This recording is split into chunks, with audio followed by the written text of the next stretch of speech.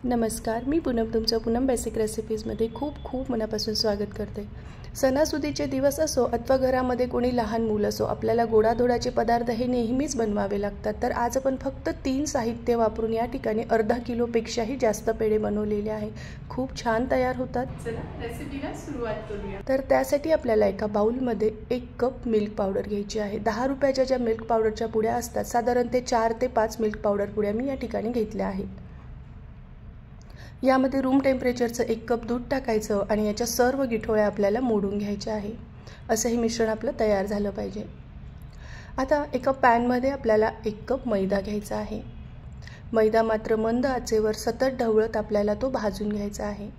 मैदा भाजताना अजिबात घाई करायची नाही, याचा रंग बदलू द्यायचा नाहीये। साधारण 8 ते 10 मिनिटांसाठी हा मी मंद आचेवर भाजून घेतलेला आहे। म्हणजे यामधला कच्चापणा पण जातो आणि आपला मैदा अगदी पांढरा शुभ्र दिसतो। फक्त रंग बदलू द्यायचा नाही, हे लक्षात असू द्या। आता 8 ते 10 मिनिटं झालेले आहे। यामध्ये आता आपल्याला तयार करून घेतलेलं मिल्क पावडरचं मिश्रण टाकायचं आहे आणि मी इथे अर्धा कप साखर टाकली आहे। अर्धा कप साखरने हे मीडियम असे गोड पेढे तयार होतात। तुम्हाला जास्त गोड आवडत असेल तर तुम्ही अजून यामध्ये साखर वाढवली तरीही चालेल। आता हे मंद आचेवर हे मिश्रण आपल्याला शिजवून घ्यायचं आहे।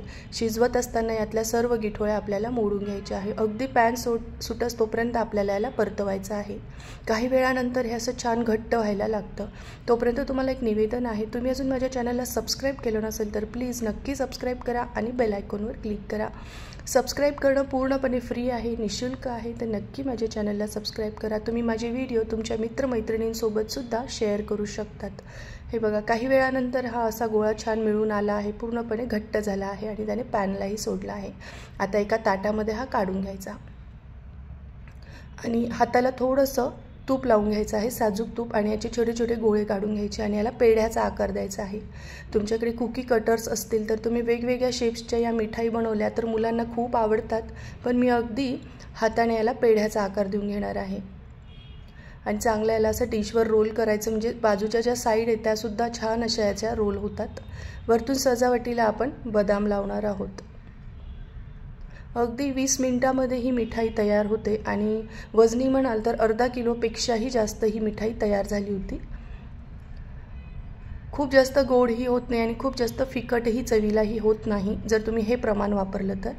मीडियम अशी गोड ही मिठाई तयार होते।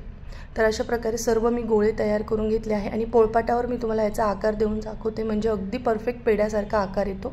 थोडंसं रोल करायचं त्याला आणि 2 बोटांनी वरतून असं टॅप करायचं। सर्व मिठाई मी या ठिकाणी तयार करून घेतली आहे। तुम्ही सुद्धा या पद्धतीने करून बघा। रेसिपी आवडली तर कमेंट करून नक्की सांगा। माझा व्हिडिओ पाहिल्याबद्दल धन्यवाद।